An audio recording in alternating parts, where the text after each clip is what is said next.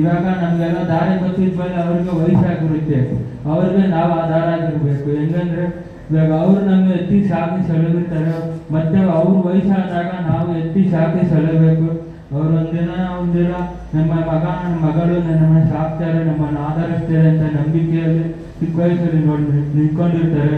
ನೀವು ದೊಡ್ಡವರಾದ್ಮೇಲೆ ನಿಮ್ಮ ಕೆಲಸದಲ್ಲಿ ಅವರು ಚೆನ್ನಾಗಿ ಕಷ್ಟಪಟ್ಟು ನಿಮ್ಮ ಕೆಲಸಕ್ಕೆ ಓದಕ್ಕೆ ಎಲ್ಲ ಸಹಾಯ ಮಾಡಿರ್ತಾರೆ.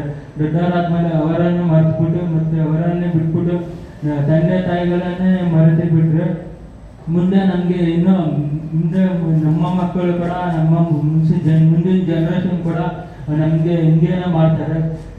ಒಂದು ಗಾದೆ ಇದೆ, ಏನೇನು ಬಿತ್ತಿದ್ದೀರೋ ಅದೇನೇ ಆಗಬೇಕು, ತಂದೆ ತಾಯಿನ ಗೌರವಿಸಬೇಕು. ಕೆಲವರಿಗೆ ಇವಾಗ ತಂದೆ ತಾಯಿ ಇಲ್ಲ, ಆದರೂ ಅನೇಕ ಅನಾಥಾಶ್ರಮದಲ್ಲಿ ಅನೇಕ ಬೇರೆ ಬೇರೆ ತಂದೆ ತಾಯಿಗಳಿದ್ದಾರೆ. ಅವರನ್ನು ತಂದೆ ತಾಯಿ ಹಾಕಿ ಬೇರೆಯವರು ತಂದೆ ತಾಯಿಯನ್ನು ನೆನೆಸ್ಕೊಂಡು ಅವ್ರಿಗೂ ಸಹಾಯ ಮಾಡಿ ಮತ್ತು ನಿಮಗೆ ಇರುವ ತಂದೆ ತಾಯಿಯನ್ನು ಗೌರವಿಸಿ ಸನ್ಮಾನಿಸಿ ಅವರನ್ನು ಚೆನ್ನಾಗಿ ನೋಡ್ಕೊಳ್ಳಿ.